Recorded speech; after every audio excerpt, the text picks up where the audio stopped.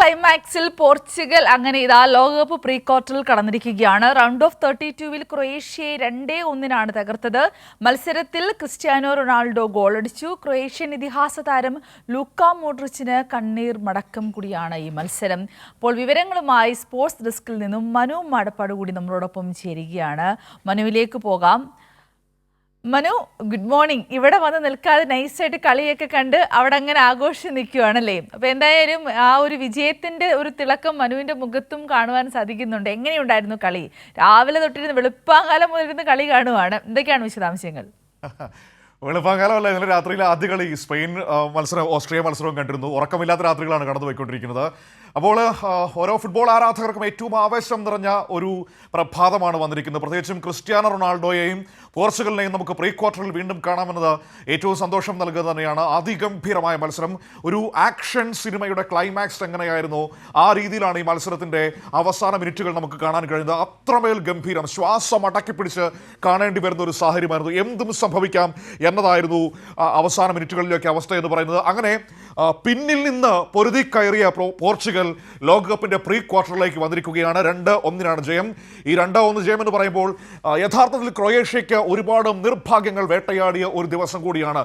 അവരുടെ 2 ഗോളുകളാണ് ഓഫ്സൈഡ് കെണിയിൽ കുടുങ്ങിപ്പോയത്. അങ്ങനെ നിർഭാഗ്യങ്ങളുടെ ഒരു ദിവസം കൂടിയാണ്. അതോടൊപ്പം എടുത്തു പറയേണ്ടതാണ്, ക്രിസ്ത്യാനോ റൊണാൾഡോ പ്രീ ക്വാർട്ടറിലേക്ക് പോകുമ്പോൾ മറുഭാഗത്ത് ലൂക്ക മോഡ്രിച്ച് എന്ന് പറയുന്ന മറ്റൊരു ഇതിഹാസം ഇതാ ലോകകപ്പിൽ നിന്ന് കളമൊഴിയുകയാണ്. അതൊരു കണ്ണീർ കാഴ്ച തന്നെയാണ്. ഏറ്റവും മനോഹരമായ കളി കൊണ്ട് ലോകമെമ്പാടുമുള്ള ഫുട്ബോൾ ആരാധകരുടെ മനസ്സു കീഴടക്കിയ ലൂക്ക മോഡ്രിച്ച് ലോകകപ്പിൽ ഇനിയില്ല എന്നത് വലിയ നിരാശയാണ്, വലിയ സങ്കടം തന്നെയാണ്. പക്ഷേ ആവേശകരമായി ഈ മത്സരത്തെക്കുറിച്ച് തന്നെ പറയാമെന്ന് തോന്നുന്നു. കാരണം 53-ാം മിനിറ്റിൽ ഇവാൻ പെരിസിച്ചിലൂടെയാണ് ക്രൊയേഷ്യ ലീഡ് എടുക്കുന്നത്. ഈ മത്സരത്തിന്റെ ഗതിക്ക് വിപരീതമായിട്ടായിരുന്നു ക്രൊയേഷ്യയുടെ ആദ്യ ഗോൾ വരുന്നത്. കാരണം പന്തടക്കത്തിലും പാസിംഗിലും പോർച്ചുഗൽ തന്നെയായിരുന്നു മുന്നിട്ട് നിന്നത്. എന്നാൽ ഫിനിഷിംഗിലെ പാളിച്ചകൾ, അത് ക്രിസ്ത്യാനോ റൊണാൾഡോയ്ക്കും ബ്രൂണോ ഫെർണാണ്ടസിനും ഒക്കെ സംഭവിച്ച ഫിനിഷിംഗിലെ പാളിച്ചകളാണ് ആദ്യ പകുതിയിൽ ഗോൾ നേടുന്നതിൽ നിന്ന് അവരെ പുറകോട്ടടിച്ചത്. എന്നാൽ രണ്ടാം പകുതിയിൽ കളം മാറുകയായിരുന്നു. രണ്ടാം പകുതിയിൽ ക്രൊയേഷ്യ കുറച്ചുകൂടി ആക്രമണത്തിലേക്ക് വരികയും കുറച്ചുകൂടി മുന്നേറ്റങ്ങൾ സൃഷ്ടിക്കുകയും ചെയ്തു. അതിന്റെ ഫലം അവർക്ക് 53-ാം മിനിറ്റിൽ കിട്ടി. ഇവാൻ പെരിസിച്ചിലൂടെ ക്രൊയേഷ്യ ലീഡ് എടുക്കുന്നതാണ് നമുക്ക് കാണാൻ കഴിഞ്ഞത്. 53-ാം മിനിറ്റിൽ ലീഡ് എടുത്തു കഴിഞ്ഞത് തൊട്ട് പുറകെ 56-ാം മിനിറ്റിൽ ക്രൊയേഷ്യയുടെ മറ്റൊരു ഗോൾ കൂടി വരുന്നുണ്ട്. പക്ഷേ എന്ത് ചെയ്യാം, അതൊരു ഓഫ് സൈഡ് ആയി പോയി എന്നതാണ്. നിക്കോള വ്ലാസിച്ചാണ് ആ വല ചലിപ്പിക്കുന്നത്. പക്ഷേ വാർ ചെക്കിന് ശേഷം അത് ഓഫ് സൈഡ് വിധിക്കുകയായിരുന്നു. അതാണ് ഞാൻ നേരത്തെ പറഞ്ഞത്, നിർഭാഗ്യങ്ങളുടെ ഒരു ദിവസം കൂടിയായിരുന്നു ക്രൊയേഷ്യയെ സംബന്ധിച്ച്. അതിനുശേഷം ഇഞ്ച് പോരാട്ടം, ക്രിസ്ത്യാനോയും ബ്രൂണോ ഫെർണാണ്ടസും വിറ്റീനയും ഒക്കെ പലവട്ടം ക്രൊയേഷ്യൻ ഗോൾ മുഖത്തെത്തുന്നു. പക്ഷേ ഗോൾ മാത്രം അകന്നു നിൽക്കുന്നതാണ് നമുക്ക് കാണാൻ കഴിഞ്ഞത്. എന്നാൽ ഒടുവിലതാ ഈ ഒരു 62-ാം മിനിറ്റിൽ വലിയൊരു സബ്സ്റ്റിറ്റ്യൂഷൻ നടത്തുകയാണ് പോർച്ചുഗലിന്റെ പരിശീലകൻ മാർട്ടിനസ്. 4 മാറ്റങ്ങളാണ് ടീമിലേക്ക് കൊണ്ടുവരുന്നത്. Gonzalo Ramos, Bernardo Silva, Nelson Semedo, Francisco Conceicao എന്നിവർ കളത്തിലെത്തി. അതിനിടയിലാണ് ഒരു കോർണർ വരുന്നത്. ആ കോർണറാണ് മത്സരത്തിൽ ഏറ്റവും നിർണായകമായത്. ആ കോർണറിനിടെ പോർച്ചുഗൽ ഡിഫൻഡറെ ക്രൊയേഷ്യൻ താരമായ വ്ലാസിച്ച് ഫൗൾ ചെയ്യുന്നു. അവിടെ ഒരു പെനാൽറ്റി വരികയാണ്. ആ പെനാൽറ്റി സ്വാഭാവികമായും അത് ക്രിസ്ത്യാനോ റൊണാൾഡോ എടുക്കുന്നു. നമുക്കറിയാം, ഒരുപക്ഷെ ലോകത്ത് ഏറ്റവും കൂടുതൽ പെനാൽറ്റി ആക്യുറസി ഉള്ള താരം കൂടിയാണ് ക്രിസ്ത്യാനോ. അനായാസം അത് വലയിലെത്തിക്കുന്നു.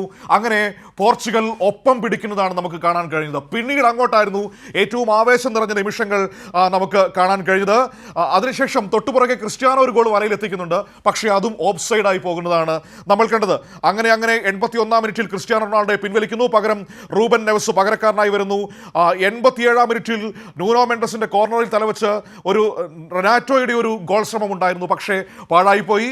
അങ്ങനെ നിശ്ചിത സമയം പൂർണ്ണമാവുകയാണ്. പിന്നീട് വരുന്ന ഇഞ്ചുറി ടൈമാണ്. 10 മിനിറ്റാണ് ഇഞ്ചുറി ടൈം കൊടുത്തത്. ആ ഇഞ്ചുറി ടൈമിന്റെ അതായത് ഇഞ്ചുറി ടൈമിന്റെ 4-ാം മിനിറ്റ്, കളിയുടെ 94-ാം മിനിറ്റ്, അവിടെ പോർച്ചുഗലിന്റെ വിജയ ഗോൾ വരികയാണ്.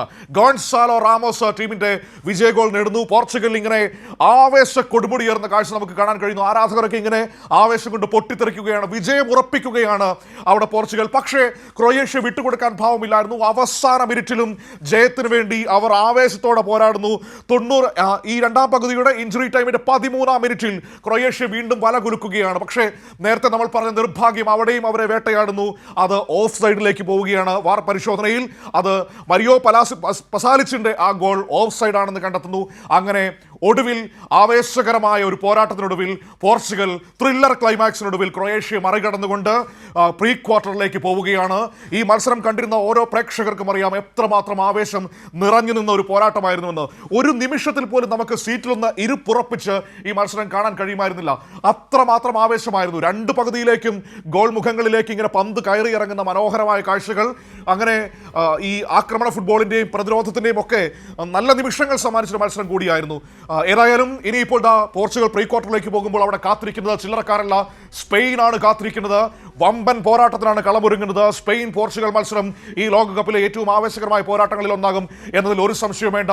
ക്രിസ്ത്യാനോ റൊണാൾഡോ അപ്പോൾ പ്രീ ക്വാർട്ടറിലേക്ക് പോവുകയാണ്. ലോകകപ്പിൽ ക്രിസ്ത്യാനോയുടെ ഗോൾ ആഘോഷങ്ങൾ ഇനിയും കാണാൻ കഴിയുമെന്ന് നമുക്ക് പ്രതീക്ഷിക്കാം.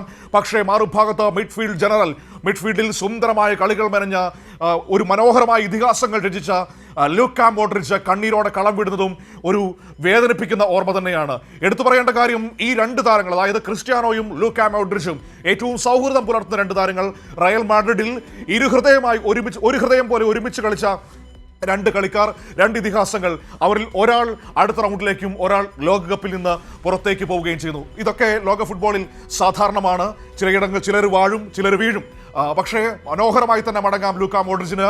2 തവണ അവരുടെ ടീമിനെ ഈ ലോകവേദിയുടെ ഏറ്റവും മികവുറ്റ ഇടങ്ങളിൽ, ഒരു തവണ ഫൈനലിലും ഒരു തവണ 3-ാം സ്ഥാനത്തും എത്തിച്ച മികവോടെയാണ് മടങ്ങുന്നത് ലൂക്ക മോഡ്രിച്ച്. മറുഭാഗത്ത് ക്രിസ്ത്യാനോ റൊണാൾഡോയ്ക്ക് ഇപ്പോഴും അദ്ദേഹത്തിന്റെ പൂർണ്ണമായ ഒരു ഫോമിലേക്ക് എത്താൻ കഴിഞ്ഞിട്ടില്ല. ഈ ലോകകപ്പിൽ മികവിന്റെ പൂർണ്ണതയിലേക്ക് എത്താൻ കഴിഞ്ഞിട്ടില്ല. അതുകൊണ്ട് തന്നെ തെളിയിക്കാൻ ഏറെ ബാക്കി നിൽക്കുകയാണ് ക്രിസ്ത്യാനോയ്ക്ക്. ഒരുപക്ഷേ സ്പെയിനെതിരായ മത്സരത്തിൽ ആ മികവ് പ്രകടമാക്കാൻ കഴിയുമെന്നാണ് അദ്ദേഹത്തിന്റെ ആരാധകർ പ്രതീക്ഷിക്കുന്നത്. ഒരു കാര്യം പറയാം, ആദ്യ 2 കളികളിൽ നിന്നൊക്കെ വ്യത്യസ്തമായി പോർച്ചുഗൽ കുറച്ചുകൂടി ഒത്തിണക്കം കാണിച്ച ഒരു മത്സരം കൂടിയാണ് ഇന്ന് കാണാൻ കഴിഞ്ഞത്. അതിൻ്റെ ഒരു പ്രകടനം, അവരുടെ ആ പ്രകടനത്തിന്റെ ഗുണം നമുക്ക് കാണാൻ കഴിയുന്നുണ്ടായിരുന്നു. അപ്പോൾ വരും കളികളിൽ ഇത് തുടർന്നാൽ മാത്രമേ, കാരണം സ്പെയിൻ ഗംഭീര എതിരാളിയാണ്, പാസിംഗ് ഗെയിം കൊണ്ട് വിപ്ലവം സൃഷ്ടിക്കുന്ന ടീമാണ്. അവരുടെ മുൻപിലേക്ക് ഈ ദൗർബല്യങ്ങളുമായി ചെന്നാൽ വല നിറയെ ഗോൾ കയറും, ഒരു സംശയം വേണ്ട.